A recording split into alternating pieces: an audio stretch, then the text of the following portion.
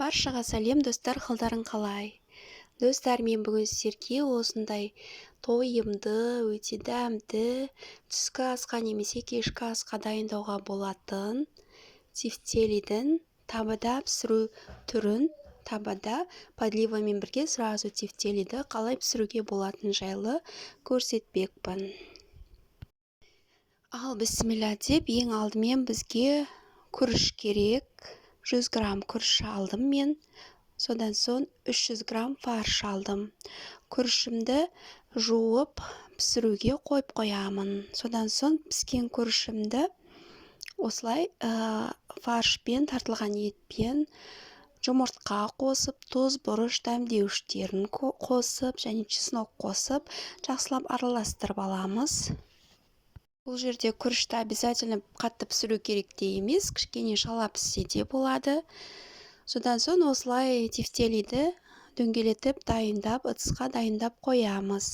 Содан соң подливасын бастаймыз. Ол үшін бізге табамызға пиязымызды қуырамыз. Сәбізді осындай соломка етіп турап, пияздың үстіне салып, жақсылап қуырамыз.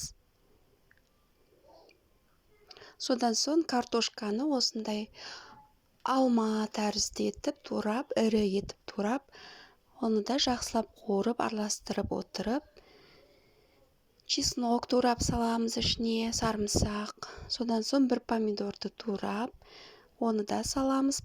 Помидорыңыз жоқ болса, томат қана салсаңыздар да болады. Тұз, бұрыш, дәмдеуіштерін осы жерде салып аламыз. Содан соң капустамызды жақсылап майдалап, соломка етіп тураймыз.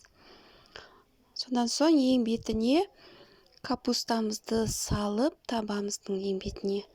Бұның үстіне жасап қойған тефтелиларымызды қойып шығамыз. Әдемілеп біркелкетіп қойып шығамыз. Араластырмаймыз. Осылай арасына су құямыз. Кейбір ашық жерлерінен су құйып, осындай етіп қатты бір қайнатып аламыз. Сөйтіп қақпағын жауып бұқтырамыз. 1 сағатқа немесе 1 сағат 10 минутқа астын басып, осылай бұқтырып қоямыз. Міне осындай өте керемет дәмді болып шығады. Егер сіз менің каналыма тіркелмеген болсаңыз, онда қоңыраушаны басып тіркеліп алыңыз. Дәмі де өте керемет, жасалуы да өте оңай. Достар, міндетті түрде осы рецепт бойынша жасап көріңіздер. Сіздерге ұнайды деп ойлаймын. Достар, видео ұнаса лайк басып, комментарий жазыңыздар. Және достарыңызбен бөлісе отырыңыздар. Рахмет.